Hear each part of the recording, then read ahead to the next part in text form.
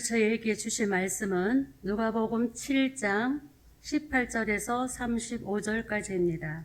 한 절 한 절씩 교독하겠습니다.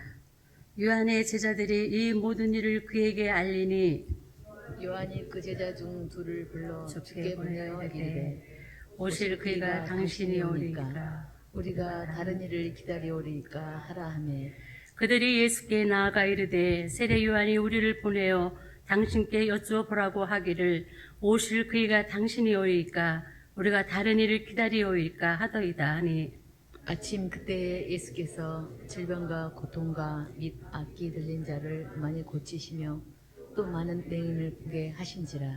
예수께서 대답하여 이르시되 너희가 가서 보고 들은 것을 요한에게 알리되 맹인이 보며 못 걷는 사람이 걸으며 나병 환자가 깨끗함을 받으며 기먹은 사람이 들으며 죽은 자가 살아나며 가난한 자에게 복음이 전파된다 하라. 누구든지 나로 말미암아 실족하지 아니하는 자는 복이 있도다 하시니라. 요한이 보낸 자가 떠난 후에 예수께서 무리에게 요한에 대하여 말씀하시되 너희가 무엇을 보려고 광야에 나갔더냐 바람에 흔들리는 갈대냐. 그러면 너희가 무엇을 보려고 나갔더냐 부드러운 옷 입은 사람이냐 보라 화려한 옷을 입고 사치하게 지내는 자는 왕궁에 있느니라. 그러면 너희가 무엇을 보려고 나갔더냐 선지자냐 옳다 내가 너희에게 이르노니 선지자보다 훌륭한 자니라. 기록된 바 보라 내가 내 사자를 내 앞에 보내노니 그가 내 앞에서 내 길을 준비하리라 한 것이 이 사람에 대한 말씀이라. 내가 너희에게 말하노니 여자가 낳은 자 중에 요한보다 큰 자가 없도다. 그러나 하나님의 나라에서는 극히 작은 자라도 그보다 크니라 하시니 모든 백성과 세리들은 이미 요한의 세례를 받은지라. 이 말씀을 듣고 하나님을 의롭다 하되 바리새인과 율법 교사들은 그의 세례를 받지 아니하므로 그들 자신을 위한 하나님의 뜻을 저버리니라. 또 이르시되 이 세대의 사람을 무엇으로 비유할까? 꽃과 같은가? 기하건대 아이들이 장터에 앉아 서로 불러 이르되 우리가 너희를 향하여 피리를 불어도 너희가 춤추지 않고 우리가 곡하여도 너희가 울지 아니하였도다 함과 같도다. 세례 요한이 와서 떡도 먹지 아니하며 포도주도 마시지 아니하며 너희 말이 귀신이 들렸다 하더니 인자는 와서 먹고 마심에 너희 말이 보라 먹기를 탐하고 포도주를 즐기는 사람이요 세리와 지혜의 친교로다 하니 지혜는 자기의 모든 자녀로 인하여 옳다함을 얻느니라. 오늘 누가복음 7장 18절로 35절까지 말씀을 통해서 예수님을 알아보지 못하니라고 하는 그런 주제로 함께 말씀을 나누려고 합니다. 오늘 나누게 될 본문의 내용을 요약하면 이런 내용입니다. 예수님은 오실 그이가 주님인지 묻는 세례 요한에게 자신의 행적을 전하라고 하시며 여자가 낳은 자 중 요한보다 큰 자가 없다라고 말씀하십니다. 예수님은 이 세대가 무엇을 해도 반응하지 않는 이들과 같다고 하십니다. 사람들이 요한은 귀신 들렸다고 하고 예수님은 죄인의 친구라고 비방하고 있습니다. 세례 요한은 예수님이 자신이 기대한 메시아의 모습과 달리 심판하시는 사역을 하지 않았지만 예수님이 메시아라는 생각이 들어서 이를 확인하고자 제자들을 보내고 제자들을 통해 질문을 했습니다. 예수님은 자신이 메시아인 증거를 제시하시면서 감옥에 갇힌 세례 요한의 추측이 맞았음을 확인해 주시고 이 세례 요한이 가장 위대한 구약시대의 인물이라고 평가를 하십니다. 세례 요한과 달리 바리새인과 율법학자는 선입견을 버리지 못했습니다. 우리가 여러분 성경을 읽다 보면 성경에 재미난 부분이 나오는데요. 예수님이 세례 요한에게 세례를 받으러 나가요. 그랬더니 세례 요한이 내가 어떻게 세례를 줄 수 있냐고, 나는 그거 못한다고 이렇게 말을 해요. 그랬더니 예수님이 뭐라고 말하냐면 이것이 하나님의 뜻을 이루는 것이라 라고 말을 해요. 이것이 하나님의 뜻을 이루는 것이라. 그런데 이 율법학자나 바리새인이나 이런 사람들은 세례를 받지 않아요. 왜 세례를 받지 않았을까요? 가장 가장 중요한 키는 이거예요. 이것이 하나님의 뜻을 이루는, 의를 이루는 하나님의 뜻이냐 아니냐라고 하는 거예요. 이 바리새인과 서기관들에게 여러분 보다 중요한 것은 하나님의 뜻을 이루는 것에 있지 않아요. 자기 체면에 있어요. 자기에게 있어요. 자기가 중심이에요. 우리가 늘 신앙생활하면서 이것을 보고 결정하면 신앙생활에 크게 실수가 없을 수 있다라고 하는 것을 알게 돼요. 우리도 무엇을 결정하려도 그러다 보면 하나님의 뜻은 보이지 않고 내 생각만 가득 차 있잖아요. 내가 중심이잖아요. 뭘 결정하든지 간에 나 중심으로 나 편한 대로 결정을 해버리는 거예요. 그런데 그것이 나 중심으로 일은 진행되지만 하나님의 의를 이루는 것과는 아무런 관계도 없다는 거예요. 그러니까 오늘 아침에는 그 부분을 한번 좀 생각해 보세요.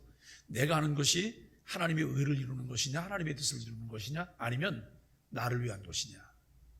이 부분을 우리가 곰곰이 생각해 보는 것 참 필요할 것입니다.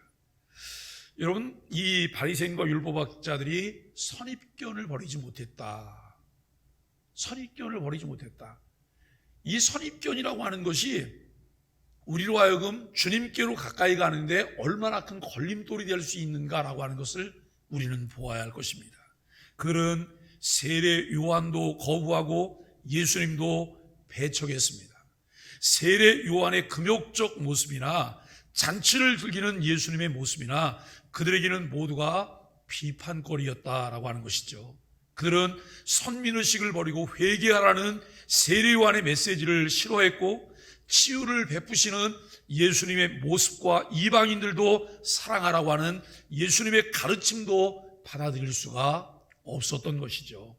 그들은 복음을 듣고 자기들을 고치기를 거부하고 자신들의 이 선입견과 고정관념을 기준으로 삼아서 세례 요한은 광인 취급하고 예수님은 술꾼 취급했다라고 하는 것이죠. 인간이 자기 중심성을 벗어난다고 하는 것은 쉽지 않아요. 특히 지식인들은 자신의 기준으로 남을 판단하는 경향을 버리지 못합니다. 남을 비판하다 보니 그 비판이 서로 모순되어 충돌하는 일이 발생해도 자신의 판단 기준을 고치지 않습니다. 이러한 자기 중심성이 민족적 선민의식과 연결될 때는 더 강력해진다라고 하는 거죠. 그리하여 예수님 당시 종교 지도자들은 유대인에게 개종하듯이 회개하라고 요구하는 세례 요한의 가르침도 이방인을 사랑하라고 하는 예수님의 가르침도 거부하였습니다. 이러한 자기 중심에서 하나님 중심으로 바뀌는 것은 천동설에서 지동설로 바꾸는 이 코페르니쿠스적인 전환보다 더 어렵다라고 하는 것을 우리는 알게 돼요. 누가복음의 기록 목적 중 핵심은 예수님이 새 이스라엘의 왕이심을 선포하는 것입니다. 유대인들은 예수님이 그리스도이심을 거부했지만 이방인이었던 누가는 계속 예수님의 그리스도 되심을 강조하고 있음을 알게 됩니다. 오늘 본문에는 메시아의 사역을 오해한 사람들이 등장합니다. 세례 요한은 예수님의 길을 예비하는 사람임에도 예수님이 메시아인지 의심을 품었습니다. 바리새인과 율법학자들은 구약과 율법에 정통한 사람들임에도 불구하고 예수님을 비난했습니다. 우리는 이 같은 잘못에 빠지지 않고 예수님을 올바로 알기를 소원합니다. 18절로 23절을 보면 오실 그이가 당신이십니까? 여러분, 세례 요한의 역할이 예수님의 길잡이 역할을 하는 거예요. 메시아의 길잡이 역할을 하는 거예요. 그런데 메시아의 길잡이 역할을 하고 그가 광야에서 외치는 자의 소리의 역할을 감당하고 있지만 예수님이 메시아인 것에 대해서 확신이 없었어요. 헷갈렸어요. 세례 요한은 그 보고를 듣고 이제 예수님의 정체에 근본적 의문을 제기하기 시작합니다. 세례 요한은 메시아에 대해서 알았습니다. 이미 3장 4절로 6절에서 그는 메시아에 대해서 알았어요. 그렇지만 그 지식은 한정적이라는 거예요. 여러분, 우리가 많은 지식을 갖기를 원하지만 우리가 가지고 있는 지식이 파편 한 조각에 불과하다는 사실을 우리는 알아야 돼요. 그래서 내가 어디서 무엇을 한마디 들은 것, 그리고 어느 책 한 권 본 것, 이것이 전부인 것처럼 말을 하면 크게 실수하며 인생을 살아갈 수밖에 없다는 거예요. 다양한 의견들이 있거든요. 다양한 의견들이 있고 다양한 설들이 있어요. 거기에서 우리가 여러분 이것을 종합하고 여기에 진짜가 무엇이냐를 구분해내는 것이 필요해요. 그래서 점점 여러분 성장하는 가운데 지식도 우리가 습득하고 이것을 통해서 갖게 되는 것이 뭐냐면 통합적인 사고를 하고 할 수 있는 안목을 갖게 되는 거예요. 신앙생활도 통합적으로 무엇을 보게 되는 거예요. 누가 어떤 말을 하고 또 누가 또 무슨 이야기를 했을 때 여러분 이것을 전체를 다시 재구성을 하면서 무엇이 맞냐 퍼즐 조각을 맞춰보는 이런 통합적인 사고가 필요하다는 거예요.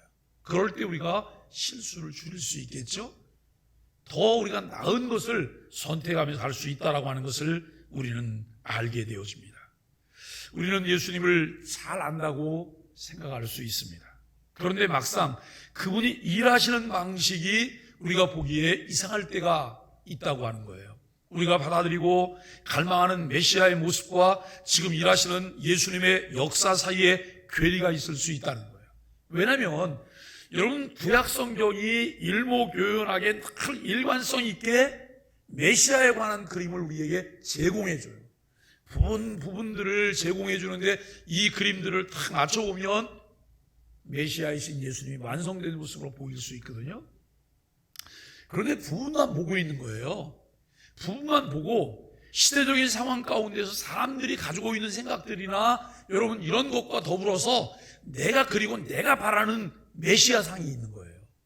메시아는 이런 분이실 거야. 이런 분이었으면 좋겠어. 우리의 이런 문제를 해결하면 좋겠어. 라고 생각을 해요.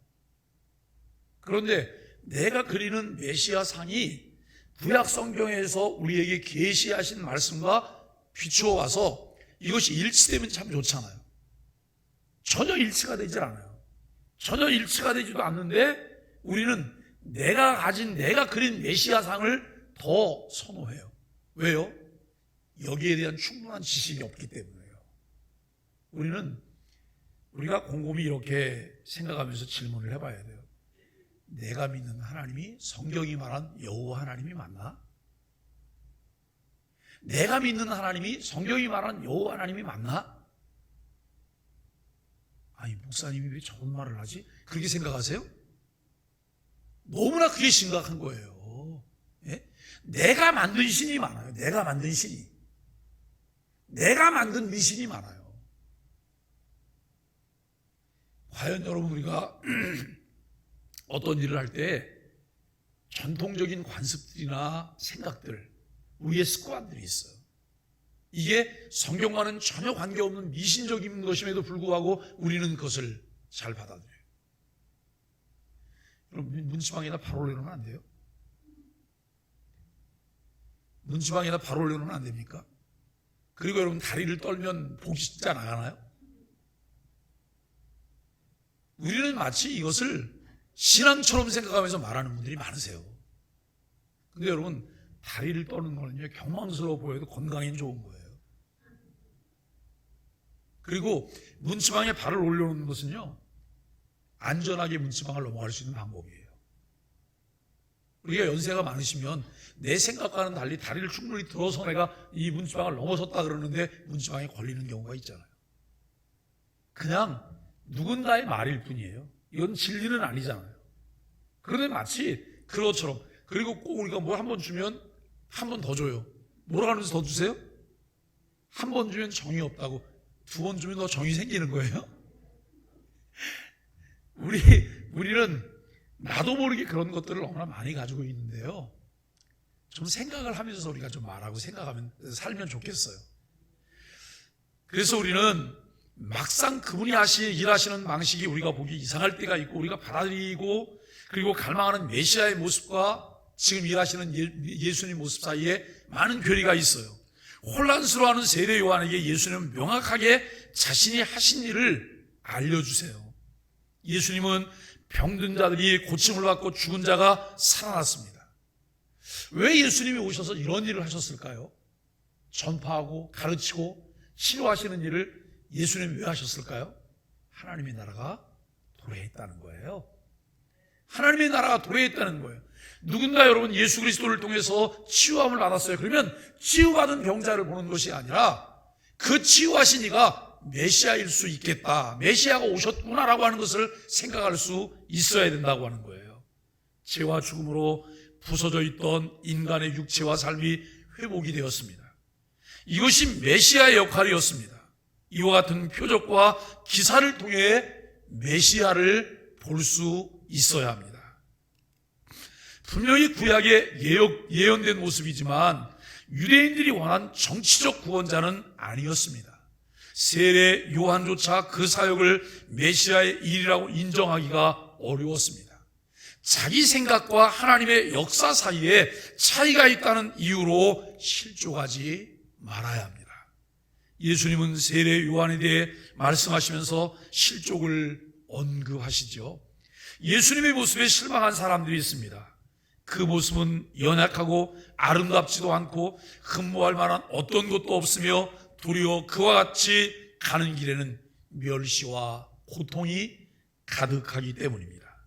세상 사람들이 즐겁하기에 충분한 모습이죠. 그렇기 때문에 사람들은 실망하고 떠나갑니다. 세상의 가치로 예수님과 함께 살아갈 수 있는 사람은 없습니다. 세례 요한의 제자들이 보고 들은 것은 이사야 선지자의 예언이 신비롭게 성취되는 광경이었습니다.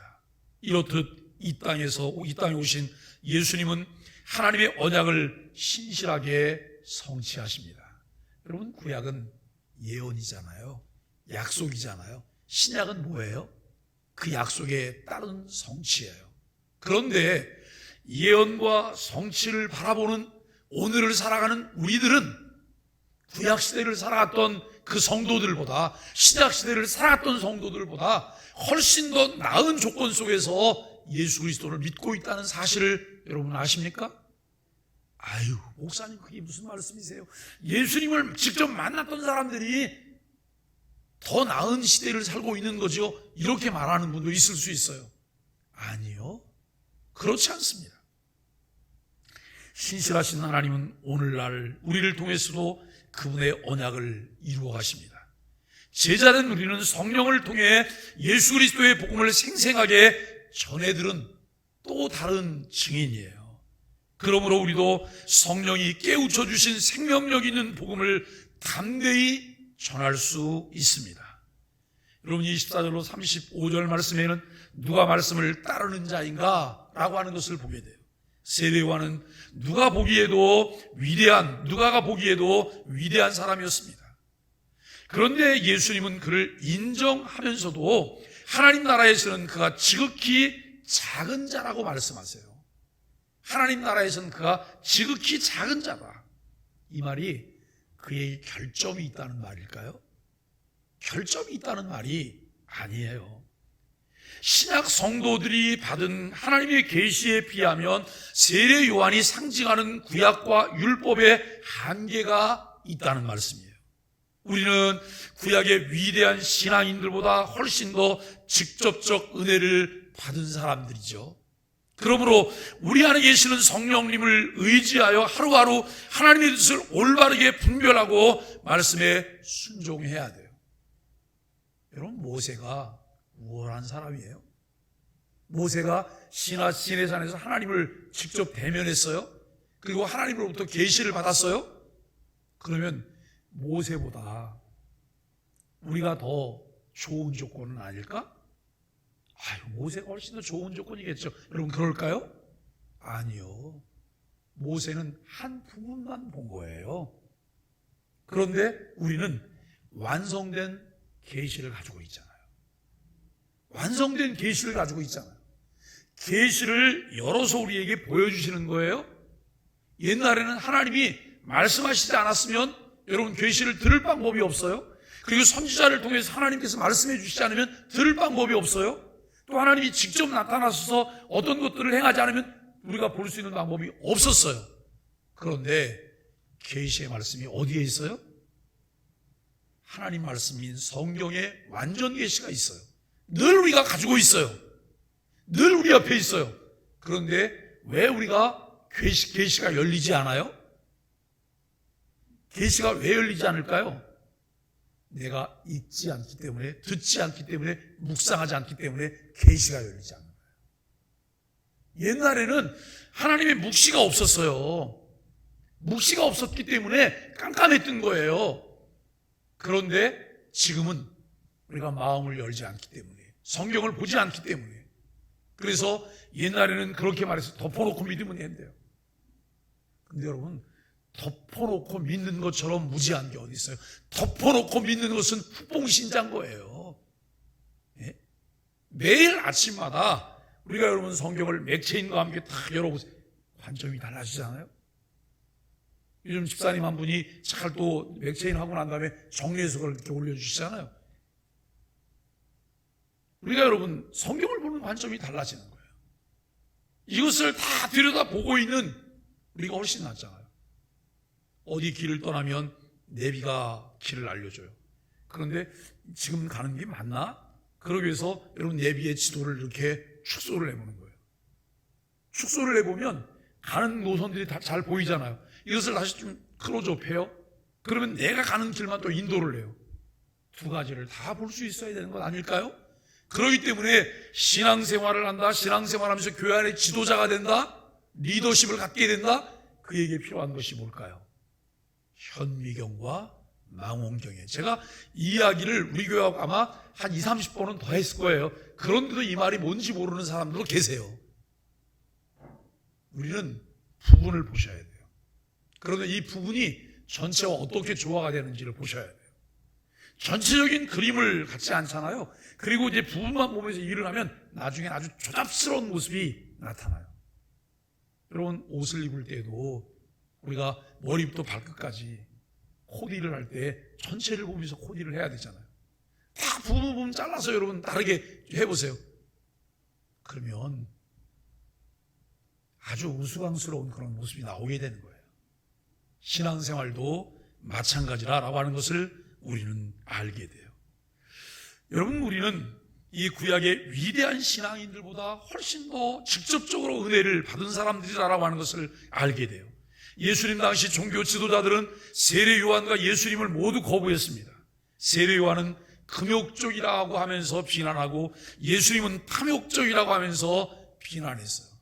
무슨 쩍쩍 그러는데 그 쩍쩍이 잘 맞는 것 같지만 아주 이 쩍쩍은 매우 주관적이라고 하는 생각들을 우리는 가져봐야 되겠죠. 그들에게 중요한 것은 진리도 하나님 나라의 역사와 권능도 아니었어요. 기득권과 사회적인 명성이었다라고 하는 것이죠. 하나님의 말씀과 성령의 인도를 자기 상황과 감정을 가지고 해석한다면 가장 존귀하신 예수님을 눈앞에 두고도 알아보지 못하게 된다는 거예요. 자기 중심성은 이렇게 무서운 죄의 속성을 가지고 있습니다. 예수님을 알아보지 못했던 세례 요한과 종교인들의 모습이 우리에게는 없을까요? 예수님의 말씀을 알려고 하지 않고 습관적으로 불순종하는 것은 곧 그분을 알아보지 못하는 것과 같다는 거예요. 성령님의 음성에 귀 기울여 말씀대로 순종하는 성도가 참된 하나님의 백성입니다. 사랑하는 소망의 가족 여러분, 오랜 신앙생활을 한 사람, 성경을 많이 아는 사람들은 내가 이만큼 헌신했으니 복을 주시겠지 하는 기대가 이루어지지 않으면 불평하는 사람들도 있습니다. 이는 예수님 당시의 종교 지도자들이 자기들의 기대와 맞지 않는다는 이유로 예수님을 거부하고 자기 귀에 달콤하게 들리는 말씀만 듣고 선포했던 것과 비슷하다는 거예요. 이런 사람들은 하나님 나라의 백성이 될 수 없어요. 우리는 이런 교만한 태도를 버리고 겸손한 마음의 자세를 가져야 한다라고 하는 거예요. 여러분, 성경을 꾸준히 읽는 분들은 그런 걸 발견하게 될 거예요. 성경을 처음 볼 때는 읽어도 뭐가 뭔지 몰라요. 그냥 지나치면 잘 기억도 안 나지 않아요. 그래서 성경을 가능하면 어렸을 때부터 읽는 것이 우리에게 유익해요. 어렸을 때부터. 저는 아주 성경을 안 읽기로 유명해서 세례를 6개월 만에 못 받고 1년 만에 받은 사람이에요. 저는 아주 부끄러운 그 훈장을 하나 가지고 다니는데요. 저희는 집에서 매일 성경을 하루 3장씩 읽는 게 숙제였어요. 주일날은 5장을 읽고 그래야 일독을 하는 거거든요. 근데 우리 어머니가 학습하고 난 다음에 세례를 받아야 되는데 물으시더라고요. 순홍아, 너 성경 매일매일 잘 읽고 있어? 근데 모태신앙을 가진 사람에게 또 좋은 장점이 있는 게 뭐냐면 거짓말을 못한다는 거예요. 거짓말을 해서는 안 된다는 걸 너무 잘 알고 있잖아요. 아니요, 잘 못 읽었어요. 그랬더니 이렇게 말씀하세요. 그러면 이번에 세례 받지 말고 다음에 세례 받도록 해. 성경도 안 읽는 사람이 무슨 세례를 받아? 네. 그리고 성경을 보는데 성경이 읽혀지나요? 날씨가 추우면 여러분 방바닥에 배 쭉 깔고 엎드려서 그리고 성경책 펴놓고 글을 읽는데 몇 줄 안 읽다 보면 그냥 성경 속에 얼굴이 이렇게 떨어져 있어요. 그리고 자는 거예요. 침도 흘려서 성경책에 지도도 하나 이렇게 그려놓기도 하고 어쩌면 그렇게 달고 오묘한지 성경책이 수면제예요, 수면제. 예? 그러던 성경이 예수님을 만나고 나니까 은혜 받고 나니까 읽혀지기 시작해요. 밤을 지새우면서도 성경을 읽었어요. 얼마나 성경이 맛있는지요. 그런데 그 성경을 계속해서 여러 차례 읽다 보니까 성경이 움직이더라고요. 성경 말씀이 움직여요. 저는 그게 맨 처음에 뭔지 몰랐어요. 그런데 신학 공부, 성경이 연관성이 있는 거잖아요. 예언과 성취잖아요. 구약 성경을 읽는데 구약 성경에 지금 예언을 읽고 있는데 신약에서 내가 읽었던 여러분 약속의 성취들이 그 부분들이 와서 이렇게 조각조각 맞춰지는 것 같은 느낌이 드는 거예요. 그러니 성경이 훨씬 더 재밌잖아요. 우리는 내가 들으려고 하는 말씀이 아니라 우리에게 들려주시려고 하는 말씀을 마음에 새길 수 있으셔야 돼요. 하나님을 아는 방법은 하나님께서 계시의 방법을 통해 열어주시는 것만큼 알 수가 있다는 거예요.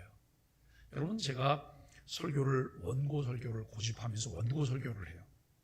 그런데 원고 설교에는 약점이 있어요. 그게 뭐냐면 원고를 많이 보게 된다는 거예요. 그죠? 그런데 제가 지금까지 이렇게 설교하는 목사님들을 본 중에 어떤 목사님 한 분이 정말 탁월하시더라고요. 그분은 주일날 설교 원고가 이 주보와 함께 속지에 원고 전체가 그냥 다 나가요. 그런데 설교 시간 내내 원고를 한 번도 안 보시고 설교 토시 하나 안 틀게 설교를 다 하시는 거예요. 굉장한 분이죠. 근데 여러분, 정말 그분은 주일날 설교 한 번밖에 안 하세요. 몇 부 예배 같은 설교 원고를 가지고 일주일에 설교를 한 번만 딱 하시는 거예요. 제가 지난주 이번 주 설교를 13번을 하고 있어요. 근데 설교 한 편을 이렇게 만들어내려고 하면 원고 정리하고 뭘 하는 데만 몇 시간씩 걸려요.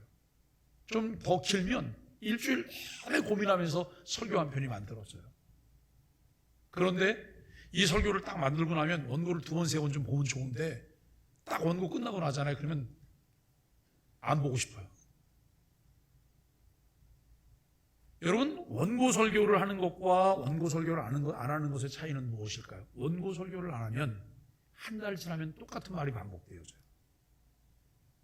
왜냐하면 내가 알고 있는 단어나 사용할 수 있는 문장이 한계가 있는 거예요. 이게 반복되어져요.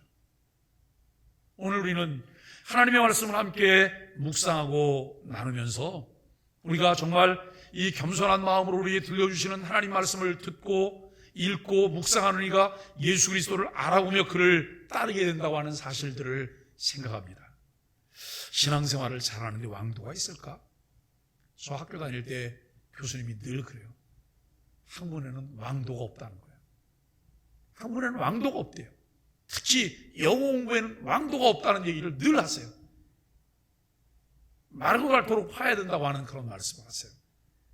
금년 소망의 아침 묵상과 맥체인 성경 읽기를 통해서 예수님을 좀 더 자세히 알아가며 그분의 성품과 사역을 따라가는 우리 소망의 교회 지체들이 되기를 예수 그리스도의 이름으로 간절히 축복합니다. 기도하겠습니다.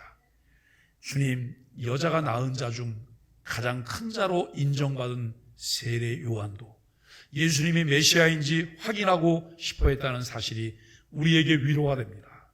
의심이 들 때 주님께 솔직하게 질문하는 사람이 되게 하여 주옵소서. 주님의 역사를 분명하게 보고 주님이 구원자요 하나님의 아들이심을 확신할 수 있는 은혜를 베풀어 주옵소서. 예수님의 이름으로 기도합니다. 아멘.